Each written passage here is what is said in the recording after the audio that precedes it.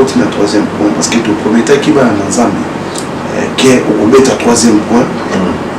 Je sais pas sur quatrième, cinquième pays mais c'est sur troisième parce qu'on est mon tout ya et nous retenons ah et c'est ngeli ban ensemble ba que nzamba zali et puis à ça la carte Mikodo presse en ligne. donc c'est sa volonté il m'a fait grâce ce n'est pas que ngai na bano sambela nzambe ke nzambe ya ko zwa ngai même ngana lola même ngai sika boete. Moi j'ai prié. C'est que nous les armées de Colosse oui oui si elle les armées surtout à c'est non non on trouve assez les net non ah wana ils en ont bateau bazo égaré bateau si nous croyons qu'il y a plusieurs planètes Mikodo presse en ligne. si nous croyons réellement physiquement qu'il y a une planète monsieur Zali, pourquoi pas croire aussi le ciel, celui qui a créé le ciel et la terre. Donc comme Bible les a confirmé et le ciel existe. Voilà. Et c'était quoi? Moi j'ai prié comme d'habitude. Et cette fois-là, Nazaré Koutou n'a jamais été. Hein? Nazaré Kanazo Sambela, Mikodo presse en ligne. C'est les mêmes allons l'église, non, autres églises à Papa Tigaka. Non, on a déjà na. Vous allez à part. Oui, on a banni l'église. Parce que ma camusou, c'est ça, c'est l'histoire de l'église. Voilà. Oui, ils allaient, on a banni déjà l'église na débit. On a, na qui dit ma numéro 61 Mangaba. Donc je précise. Qui dit ma 61. Mikodo presse en ligne. Oui, je vois. On diagonale là, l'église de Sénéco. Voilà, c'est ça, c'est là où j'étais. Ah. J'étais dehors, j'étais d'abord dans la chambre en train de prier, chanter, tout, et l'esprit me poussait de sortir dehors. Na bimi libanda. Na fukami, na banisiko yo, koluenza na barabara. Non, parce que le pont vous avez clôturé. Il m'arrive aussi, na fungoli, na bimi même na barabara, na bando tambo la peine na barabara, que ça l'a pris.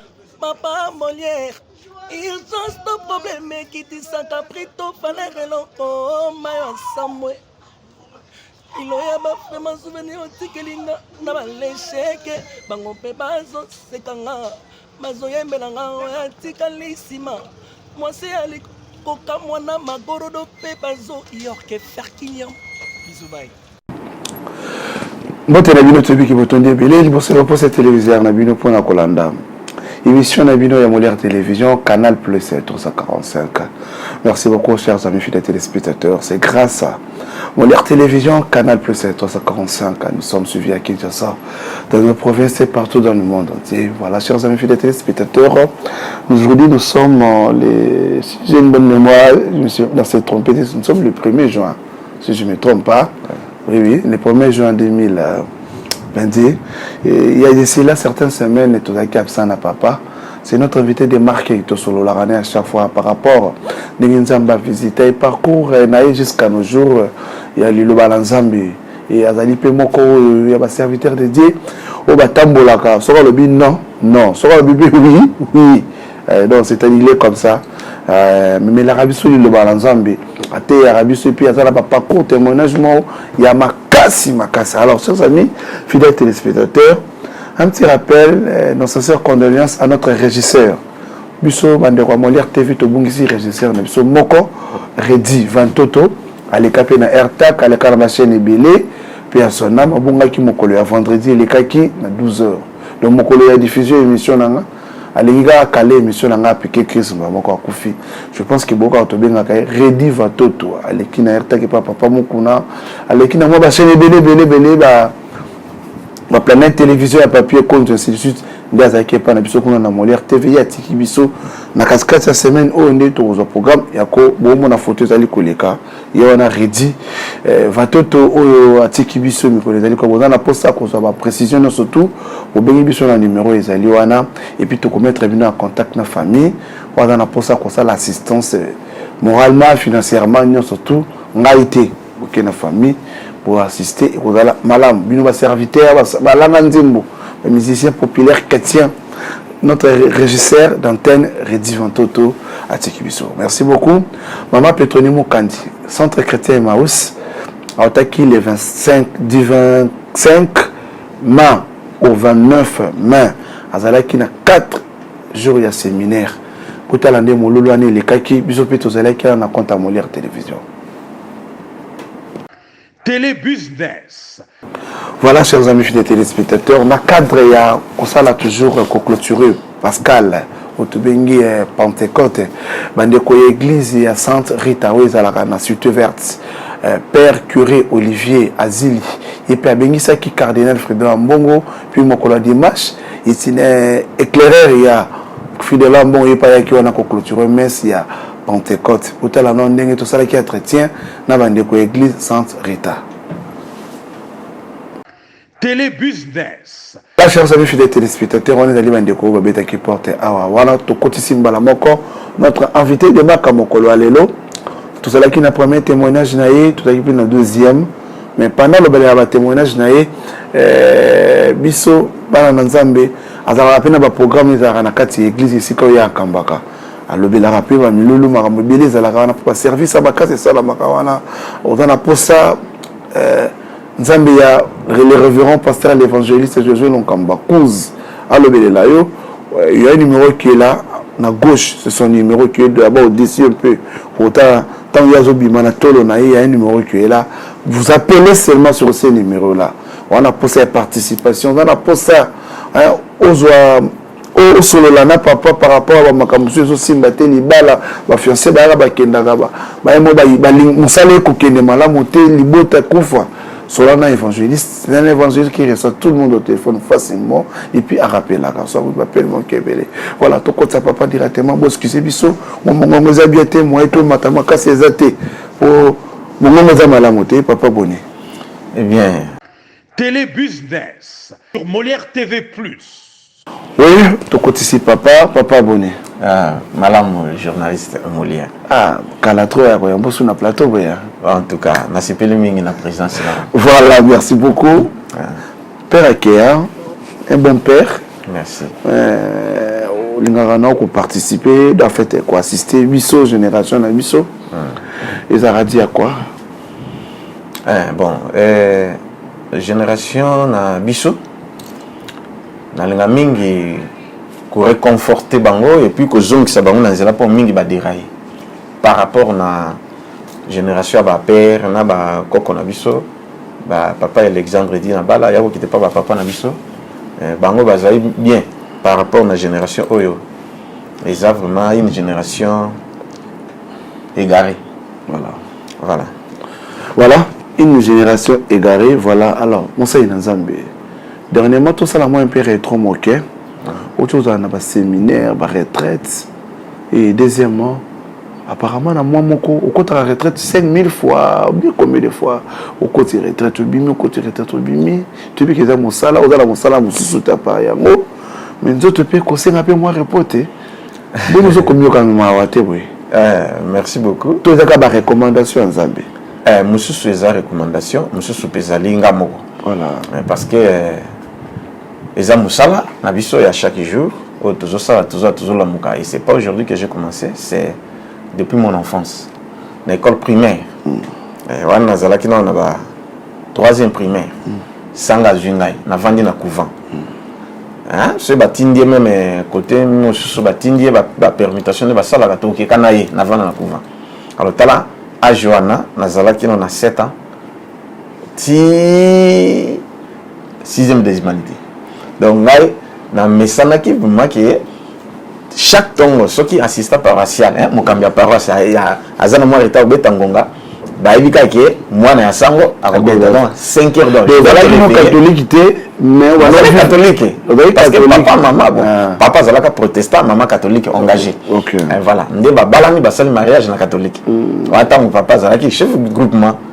Mais protestant, mais attends, la maman de base, pambola qui na catholique. Et dès le bas âge, na moi na bébé, na joie pas baptême na catholique. Donc je suis sincère. Sango ya bat sanga tant na zala bébé comme sango Gaspard, na mondeli. Voilà, nos jours jusqu'à nos jours. Bon, je ne sais pas. Voilà. Ils sont là sur bétango na catholique, ngai ne mutu na ko betangonga. Mon na lamuki na ke na beti munga na côté na sacristie.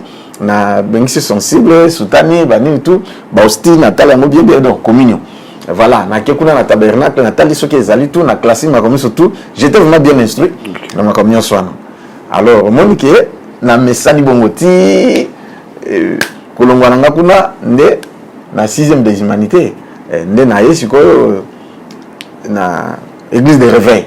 Okay. J'avais 17 ans. Ok, là, ça. Ah bon. Banda wana ti lelo. Bon, ozomona ke naza muto yo il faut que la makasi na mesani mingi na kosalela nzambe ba jeûne ba prière koluka nzambe. OK. Voilà.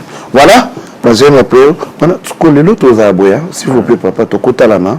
Ah. To baloba comme que voilà parce que toza na résidence à papa. Hein, chers amis, ayambi biso de loi. Des fois, tu as en église, et puis tu as un plateau, mais tu as en résidence. Alors, papa, tu as eu un premier témoignage, deuxième témoignage, troisième témoignage. Ensuite, il y a l'enlèvement, qu'on visiter, qu'on loue, ainsi de suite. Tu continues à troisième point, parce que ton premier temps qui va en Zambie, qui est au bête troisième point, je ne sais pas sur quatrième, cinquième pays, mais bête sur troisième, parce qu'on est moutouya, et le retour qu'on le ah, et c'est ban Nzambe ba que Nzamba zali et puis à ça la grâce na moto ya lingi ndenge mokalobi que je fais grâce à qui je vais donc c'est sa volonté il m'a fait grâce ce n'est pas que ngai na bano sambela Nzambe que Nzambe ya ko zwa ngai même ngana lola même ngai sika boté moi je priais c'est que le va venir le colère solo oui oui c'est le va nous surtout c'est lui il va trouver ces derniers temps non là wana izana ngo bato bazo égarer bato. Bon, si nous croyons qu'il y a plusieurs planètes, bon, on va fusée, on va na Mars, na Jupiter, si nous croyons réellement, physiquement, qu'il y a une planète, pourquoi pas croire aussi le ciel? Celui qui a créé le ciel et la terre. Donc, comme la Bible les a confirmé, et le ciel existe. Voilà. C'était quoi? Moi, j'ai prié comme d'habitude. Et cette fois-là, nazale kutu na jeune été. Hein, wana zaleka nazo sambela, ende na sambela na butu, nazale na ndakoti après na bimi libanda. Wana sala nous allons en église, na moto église à papa otikaka. Non non, wana déjà na osala à part. Oui oui, na bandi église parce que makamusu c'est salamake. Exactement, c'est l'histoire to bien. Voilà. Oh ezali na bandi déjà église na débit. Wana nazo futela na Kidima numéro 61 bis Ngaba. Okay. Donc je précise Kidima 61 bis na Ngaba. Ezali pembe na église Nzambe Malam. Oui, je vois. On diagonale na église Sédéco. OK. Voilà, c'est ça, c'est là où j'étais. Ah. J'étais dehors, j'étais d'abord dans la chambre en train de prier, chanter, et tout, na yembiti, et l'esprit me poussait de sortir dehors. Nde na bimi libanda. Na fukami, na bani sikoyo, ko louenza. Na balabala. Non, na kati lopa. Parce que le pan est clôturé. Il m'arrive aussi, na fungoli, na bimi même na balabala, na bando tambola pe na balabala, ko ça la prière. Pour na banga na ngando kité, pour na kanga bando. On appelle une heure. Voilà. Na banga ndo kité, na banga pe kuluna te, na banga eloko te. Pour ceux qui kuluna ndeki. Aïe, akuta ya makamu auto. Donc ameki na kangi. À l'époque sur là déjà je pense. Non, on est célibataire non. Fiancé, mais non, on a c'est ça. Mais on a fiancé. Mais j'avais déjà des enfants. Ok, exactement. Tant on a essayé na beta lisolo, tant oui, on a mis na bongo na motema te na nini. Vous avez on a vu la jeunesse non. Voilà. Alors, ndesikoyo ndenge na bondela donc na fukami na bandi sikoyo ko louer nzambe ngamoko na bondeli titi après na fukami na le bon ba fouté la ba ke wana pe monsay na nzambe so ba moni bomba ga obelote. Non, bon, obelote. Mais bon, Bayer peut d'abord Bayer azala qui se place après il y a à voyager à tier locataire nanda comme nenga nanda comme ki. Bon, ba peut ba kotaki ba sambela kapé donc il déranger bango te. Des non, c'est ça. Ba te comme on doit embêter biso. D'ailleurs ba vando linga kutu la prière ndé no sama papa vraiment sunga parce que na fungoli parenthèse. Parce que na kangaki ndokika na lupango. Oh, tu vois. C'était quelle année? Quand 2000 et quelques cas. C'était quelle année? 2008, 2009, ouais, je pense. Tout ça, voilà. 2008, 2009. Donc ça datait vraiment. Ah oui.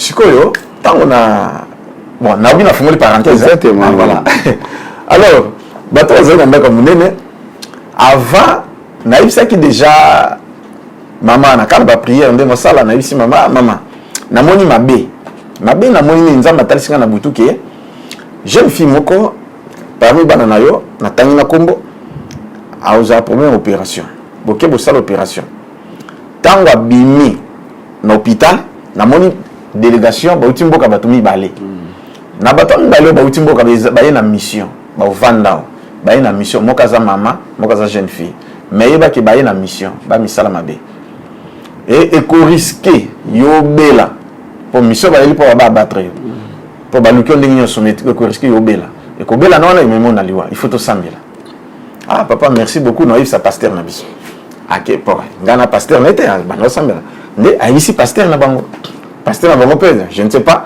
oh ba dénomination ouais en fait bazao l'église on la prophétie en fait ah voilà ndé et le qui non ti hier na jeune fille à malaise pas bon gaz là était na kende mangengenge na retraite après retour na ngana ko no ba kende déjà hôpital ba salle opération na bi premier signe yango ba bimi tant ba bimi ba tout mbo ka baye il fallait soit considérer qu'il voilà on comprend bien la prière ba tout mbo ka baye ah mais makambo yo c'est terrible OK mais tant aussi koyo wala parenthèse na fungoli siko tant aussi koyo na ngana sala ba prière nanga lokola na zonga ki na kende sur retraite na kende sur retraite 3 jours ce qu'on dit na kende ti na zongi na kiti côté a fiancé nanga na lié na zongi nda kubutu ba 22h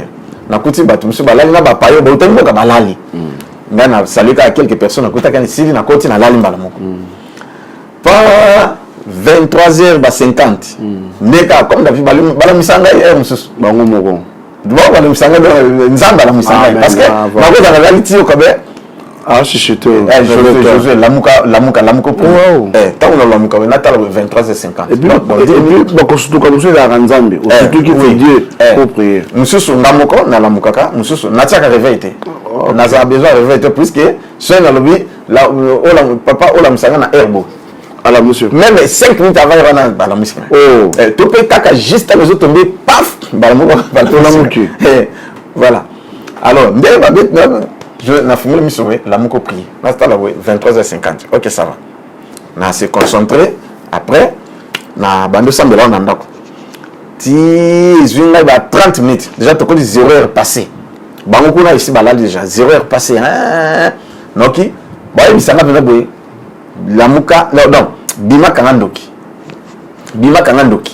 allez ngaba ndo sambela siko na voix ya likolote tant on a lamuka na fandi na se concentrer na sambela mais à mi voix siko tant on bisanga bima kangandoki allez mbala moko excusez-moi pardon ko prier pe à haute voix na voix c'est à haute voix dans ma bête malam nous ça va prier en surtout ce que Hollandi na Josué Lokamba TV n'enseignement comment prier au kutango il y a la prière expressive ou la prière à haute voix izali la prière à mi voix izali na la prière à voix basse hein donc izali la prière du cœur mais surtout na izali merci beaucoup alors tu peux expliquer mon colonne sur la prière pour enseigner les ensembles moko et voilà il y a comment prier OK voilà ce côté de Josué Lokamba TV le cœur enseignement comment prier au monde na lobelang alors tant aussi koyo ba bisanga Josué bima libanda kangandoki moi je n'avais pas l'idée na kasi peut-être donc musu so côté so ndene bima kangandoki allez na fandinye na télé malembe na fungoli porte Télé Business sur Molière TV+. ya mama wana na fenêtre tant kaka na zoko bima na couleur bo na fenêtre mundoki mutakala donc exactement que ya ndoto na makolo zo zandote physiquement pour la kati na sorcellerie o ya sorcellerie ya bima kana na esprit azalo ya c'est voilà bon niveau la sorcellerie ce qui mutan document niveau ya likolo abimaka na mobimba akoy ko hypnotiser ndako mobimba bino tout kwita pongi moto la mukate ya bim pena physiquement ke a lokiti et puis ya zonga ce qui a zonga sili nde ce qui ata uzana masuba to ni mutakola mais ce qui te rien ata uzana masuba rien oh là là tant kaka ba ya zongi o ka surtout qui masuba et kangi makasi après qui au pissé donc azala bongo mais si koyo si le coutani qui est un vrai chrétien qui prie azawana akoko bimate toi ce qui a méqué parce que voilà il a une guerre alors quand si koyo naka ko bimo na zo na couleur na bima bo na fenêtre ya mana ndoki az excusez là ndoki nabi mutakala sikoyo na fenêtre mamango atie sikoyo basima na ye na fenêtre donc quand la bien nabi ndoki donc a fini sikoyo nga na kange kabo na kange na liboko mama na kange ozandoki sikoyo liboko moko atie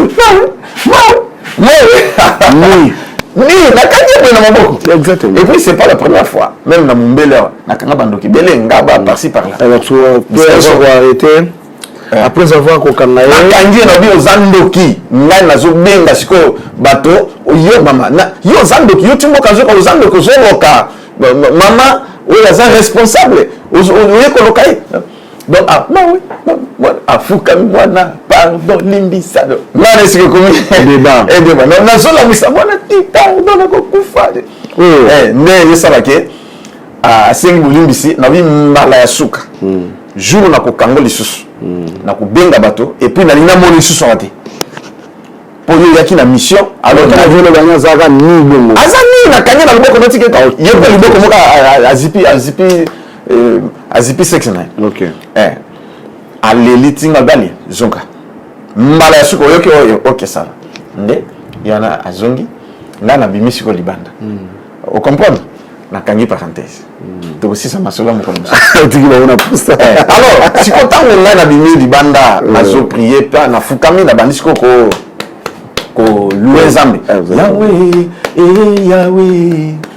Yahweh ozali Nzambe na nguya papa yo bonga na kate ozali na yembi na kotize mo mususu na zoemba mbala moko na oki neti omoni neti mutu ata okangi miso mais soki mutu abimeli yo atelemi liboso na yo o sentir que mutu atelemi tango na oki neti mutu atelemi na fungoli siko miso po na banda ko louer Nzambe ya okanga miso siko tango na oki neti mutu atelemi na bina fungola miso ala na zoyemba tango na fungola miso boye des anges ba telemi liboso na nga penza boye fara tango ba telemi nga pe na kati prière ba saluer ngai na kati ndenge na banda yemba ba saluer ngai bonjour frère Josué ngabi bonjour babi mokonzi atindi biso nabi pona ayi poto ya kozwa yo tokende ko louer natanga verset 2 Corinthiens chapitre 12 voilà le même jour au Canada ndoki wana tete wana na pour parenthèse on Canada c'est ça et voilà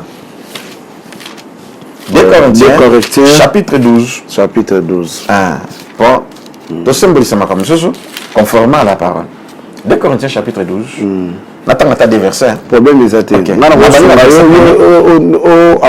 c'est mieux OK Bible le Bible na banana verset 1er il faut se glorifier cela n'est pas bon j'en viendrai néanmoins à des visions et à des révélations du Seigneur je connais un homme en Christ qui fit il y a 14 ans ravi jusqu'au 3e ciel si c'est fit dans son corps je ne sais si c'est fit hors de son corps je ne sais Dieu le sait et je sais que cet homme si c'est fit dans son corps ou sans son corps, je ne sais pas, Dieu le sait, fit enlever dans les paradis et qu'il entendit des paroles ineffables qui n'est pas permis à un homme d'exprimer. Je me glorifierai d'un tel homme. Bible zoloba boye, Paul zoloba, abi na yebi mutu moko, frère en Christ, na yebi mutu moko, oyo azalaki enlevé. Dit à quoi tu as dit? La 3e ciel. Côté trône Nzambe ezali